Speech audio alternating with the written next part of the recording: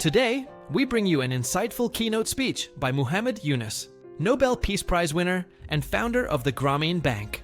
Known as the banker to the poor, Yunus pioneered the microfinance movement that offers small loans and financial services to individuals living in poverty. In this speech at UC San Diego's 2016 commencement, he highlights the power of social business, the importance of sustainable development, and why every individual has the potential to become an entrepreneur. Congratulations to all the UC San Diego graduates, and also congratulations to the parents and the friends who are attending this memorable occasion this morning. I came here all the way from Bangladesh, so I have to give you the greetings from the other side of the planet.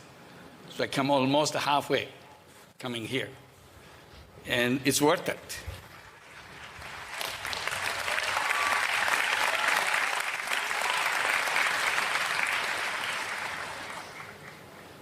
You are graduating from UC San Diego.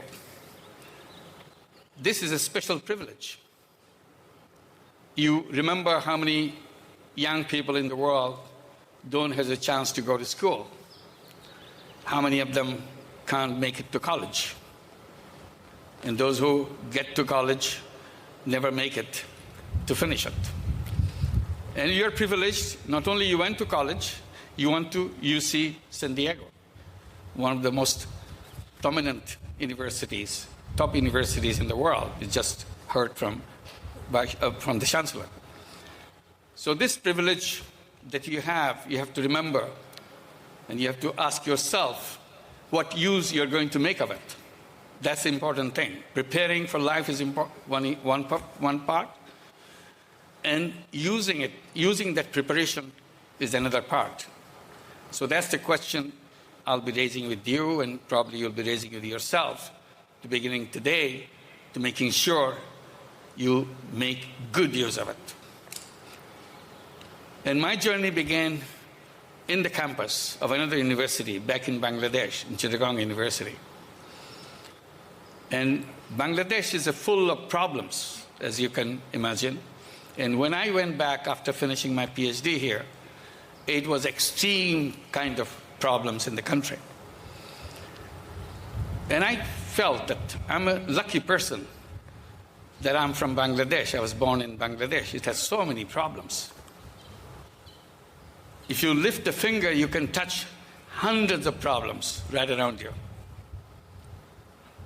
And that's exciting for a young person, to look at those problems and see what I can do about it. There are so many of them, I can do something about it. And I wonder, if I was born in a country where there's no problem, what would have happened to me? Every time I think about it, I feel I'll be bored to death. I wouldn't know what to do with myself. There's no problem. So this is how I reacted to it, and I didn't wait for any prepackaged solutions. I always try to do in my own way. I look at a problem, I try to figure out a solution on my own, in my own way. I didn't wait for anybody else to help me.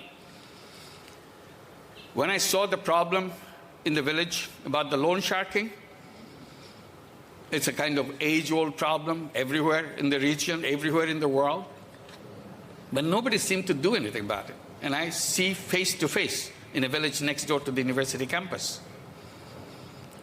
Suddenly occurred to me, I can do something about it.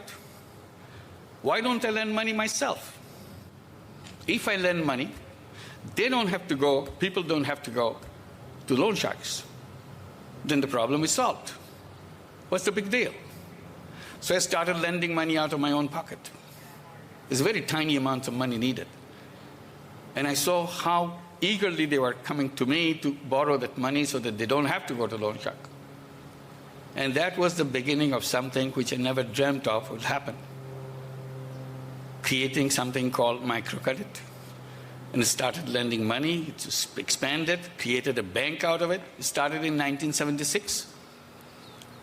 We converted it into a bank, formal bank, in 1983, and it became a nationwide bank. And the thing that we do became known as microcredit, microfinance, And every other country wanted to imitate that, follow that.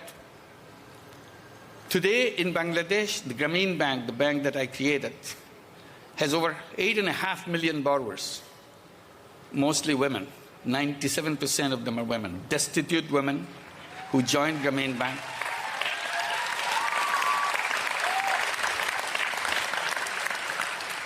Not only they borrow money from Grameen Bank, they own the bank itself. They sit in the board of the bank. They decide the policies of the bank. So it's a very strange bank in that way. It's a bank owned by poor women. It's a bank which is run by poor women as policymakers. And we have been, let me take it off. It's trying to blow away. It's a bank which is at the service of the poor women everywhere. The basic principle that we put right away: people should not come to bank. Bank should go to people. Still, wherever the microcredit programs are done, it's the same principle. They don't have to come to the program. The people go and serve them at their doorstep. So all these 8.5 million borrowers in all the villages of Bangladesh, which is 80,000 villages in Bangladesh, we meet them every week, serve them at their doorstep. And people think lending tiny little money is what is microcredit. That's not true. The whole microcredit is challenging the existing banking system. We are almost opposite of the conventional banking. People tell me, how did you decide the rules and policies of the bank? How do you design all those things, all the intricate details? I say it's very simple. Whenever we needed a policy and we did a rule, we just look at the conventional bank, how they do it. Then we do the other way. We do the opposite. They go to the rich, we go to the poor. They go to men, we go to women. They go to the city center, we go to remote villages. Even today, after 40 years of our work, still there's not a single branch of Grameen Bank. Grameen Bank has 2,600 branches in the country of Bangladesh. Not a single branch is located in any city, any town, any township in the country. It's all in the village. So we reverse that. Conventional banks ask for collateral. We dismiss that thing. We said it's a wall which separates people, poor people, from the banking system. We just do business on the basis of trust. Since there is no collateral, there is no document, there is no legal document between the lender and the borrower. Since there is no legal document, there's no lawyer in our bank. It's the only bank in the world which is lawyer-free. You can walk in anytime and ask for a loan, provided you are a poor person. Only thing you have to substantiate very satisfactorily that you are extremely poor. Again, this is the reverse of the banking system. In the banking system, you have to explain how rich you are, and then they give you money. And their rule is, the more you have, the more you can get. So we reversed the entire banking system. Today, almost half the population of the entire world is deprived from the banking services. We wanted to fill that. So it's not impossible to do that. So the whole thing began because I tried to do something in a way I thought it will be a solution for the people to stay away from the loan sharks. Now that became a challenge to the entire banking system, because most of the problem we created in the world is because of the banking system. Take the case of wealth concentration. All the wealth of the world is concentrated in few hands. 99% of the wealth of the world is owned by 1% of the population. If you reverse it, 99% of the population of the world own only 1% of the wealth of the world. That's not a good world. That's a challenge to you. How do you reverse it? That's what you have to think. Because this is not sustainable. Each day it's becoming worse. So if you keep on doing exactly the way we do it, tomorrow there'll be 99.5% of the world owned by less than 1% of the population of the world. And it will get worse day after tomorrow. So that's the challenge we have to take and make it the other way. And we continue to look for those solutions. We look at the problems that the poor people face, many problems, health problems, education problems, sanitation problems, you name it. Every time I see a problem in the village that I work in, I try to address that problem by creating a business. And I created a business after business because there are so many problems. So I keep on creating businesses to solve those problems. And people say, why are you doing that? Why? You must be making a lot of money by doing this business. I said, no, I don't make any money out of these businesses. Then why do you run businesses? Because then my answer is I enjoy it. So they can figure out how can one run business without making money for himself? And he says he enjoys it. I said, is there any law in the country that if you decide not to take profit from the company, you'll be punished for that? I said, there is no law. So I'm just taking advantage of it. I don't take the profit out of the company. The entire company is devoted to solving problems. Then I realized, again, I'm challenging something else, the whole concept of business itself. There's only one concept of business in the whole world, business to make money. Personal money. Then I said, no, I don't want to make personal money. I want to solve problems. And I started calling these kind of businesses as social businesses. And defined it by saying it's a non-dividend company to solve human problems. And I continued to create those things. And gradually it became very noticeable. Some big companies wanted to do business with us. We agreed to do that.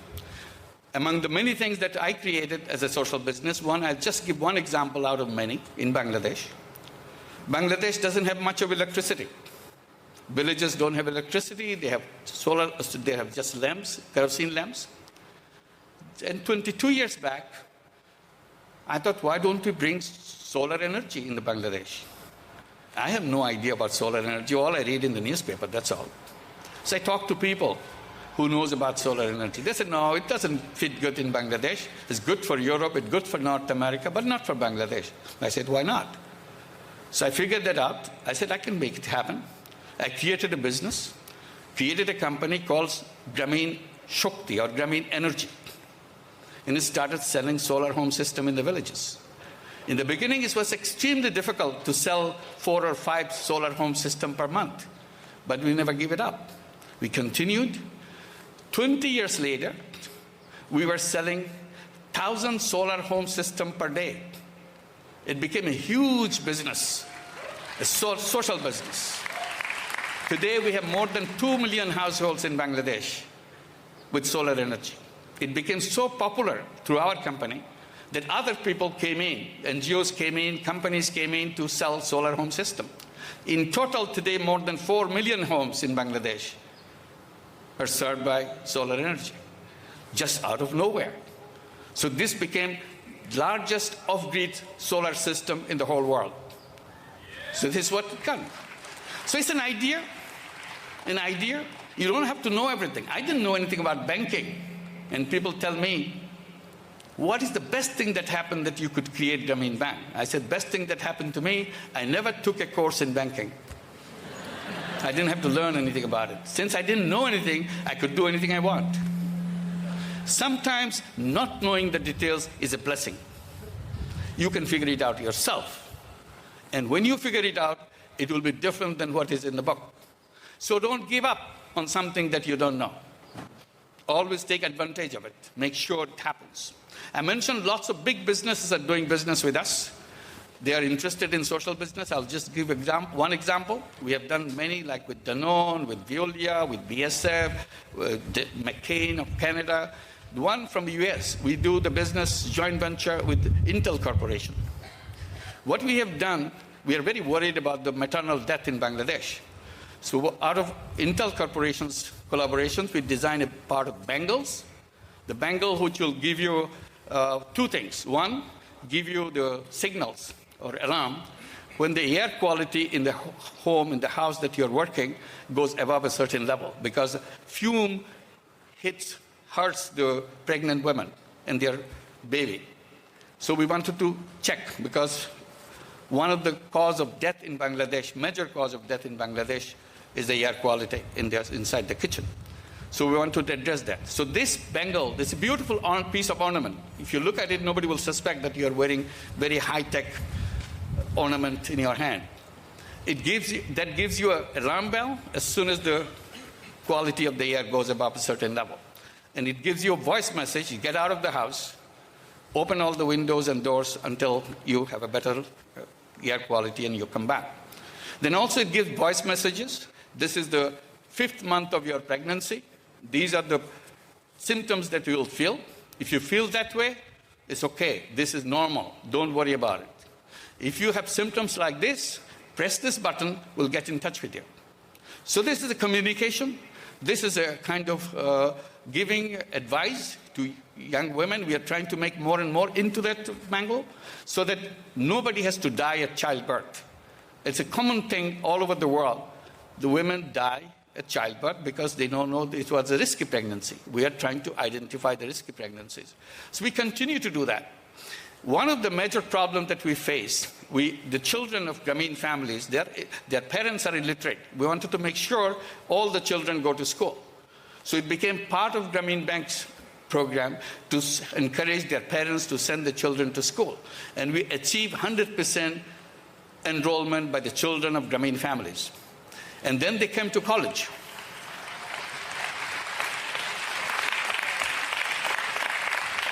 We gave them education loans so that they can go to the college, so they don't have to worry about money. And many went to higher education, went to get their master's degree, get their PhDs. Grameen Bank provided the support. Then it created a problem. Thousands and thousands of those young people coming out of the colleges and universities with degrees, no jobs. They keep complaining. Why did we have education? There is no job. In the beginning, I didn't know how to respond to that. Then I figured out what to say. Then I challenged them. I said, who asked you to have a job? They couldn't answer that question. Did your book tell you that you have to have a job? Did your teacher tell you to have a job? And I tell them, always remember, job is a wrong idea. Don't ever look for a job. Always tell yourself that I'm a job creator. I'm not a job seeker, I'm a job creator. So be a job creator. This is a fundamental thing that remained with me. I believe that all human beings are born as entrepreneurs. And we are told, go the wrong direction. Look for jobs. I said, human beings are packed with unlimited creative capacity. And if you take a job, that's, in most of the cases, that's the end of your creativity. Even if you are allowed some part of your creativity to be used in your job, mostly in selling some insignificant product, insignificant things, that's about the creativity you can use. Otherwise, it's a repetitive process. A human being who is full of energy, full of creative capacity, taking a job, sacrificing the totality of this creativity, and rest of the life in kind of stay in a little corner of the creative life. So I said, don't ever dream of that. Be a creative person, become an entrepreneur. So in order to make it happen, so what we did, we created a social business fund and asked every young person, come with a business idea. And once you come up with a business idea, we invest in your business. We become your partner. We invest all the money that you need. And it's a joint venture between you and us. Make it successful, return the money we gave you. We are a social business. We are not interested in your profit. We are a problem-solving business. So we solve your problem. We put you on the orbit. You go wherever you want to go. And they love it. Initially, we started with hundreds. Now we have thousands of them coming with business ideas. And hopefully, there will be multiples of thousands very soon, and every month. Everybody turns themselves into entrepreneurs. People say, even they were arguing that, oh, some of us may not be entrepreneurs. I said, look, that's not true. Look at your mother. Your mother is a Grameen Bank borrower. She started with a tiny loan, $30, $20. And she turned herself into an entrepreneur. If millions of these women, illiterate women, can become entrepreneurs, what good is your education if you're looking for jobs? and then sit idle, say I am unemployed. No human being should remain unemployed. So one of the things, unemployment is totally artificial concept, created by our wrong thinking. When we came to this planet, we are not sitting around in the caves saying that we are unemployed. We are not sending job applications from cave number 5 to cave number 10. Do you have a job? We are natural entrepreneurs. We are go-getters. We are problem solvers. Our education system made us forget that, made us into tiny little job seekers. So unless we come out of this, discover ourselves, that's the chance you got. Discover yourself. Be somebody that you want to be. And find out who you are, what you want to do, what's the purpose of your life. Without defining your purpose of life, everything will become immaterial. It doesn't have any direction. So what I do, I put my purpose of life or my destination of life in 3 zeros. Zero number 1, zero poverty in the world. This is what I work for every day, so that we can create a world. We can create a world, there's not a single person anywhere in the world will remain a poor person. And then I say we create poverty museums, so that next generation will go to the poverty museums to find out what poverty used to be like.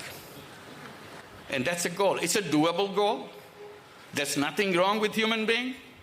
Only system put us in the wrong direction. So we have to undo that system which pushes us into the wrong direction. We have to fix the financial system. We have to fix the education system so that we discover ourselves, our worth. We unleash our energy, unleash our creative capacity, rather than become job seekers. The education system should not end with the job application. Education system would end with the grand ideas about creating a new world. Zero number 2, for me, zero unemployment in the world. Again, I say there is no reason why anybody anywhere in the world should be unemployed. Why anybody in the world should be on welfare. Why anybody in the world just be homeless. There's no reason whatsoever. The same human quality exists in every single human being. Third zero is zero net carbon emission.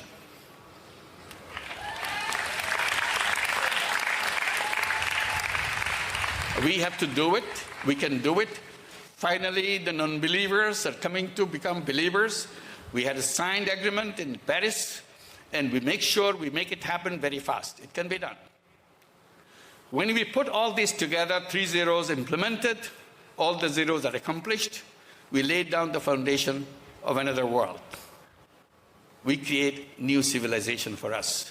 The old civilization that we are going through is not something take us out of the problems that we got, because our thinking is wrong. Our formulations are wrong. So we have to reformulate. We have to create a new civilization which coming out of the civilization which based on personal selfishness, the civilization based on greed.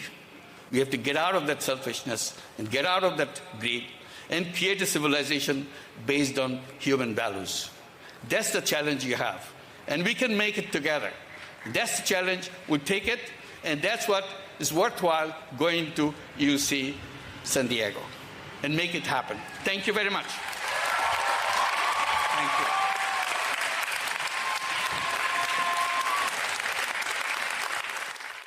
Visit our site, EnglishSpeechChannel.com, for exclusive access to video transcripts, offline audio, English lessons, and private classes. Don't forget to explore our free and new eBooks. Also, subscribe to our weekly newsletter for the latest updates. Links in the description below.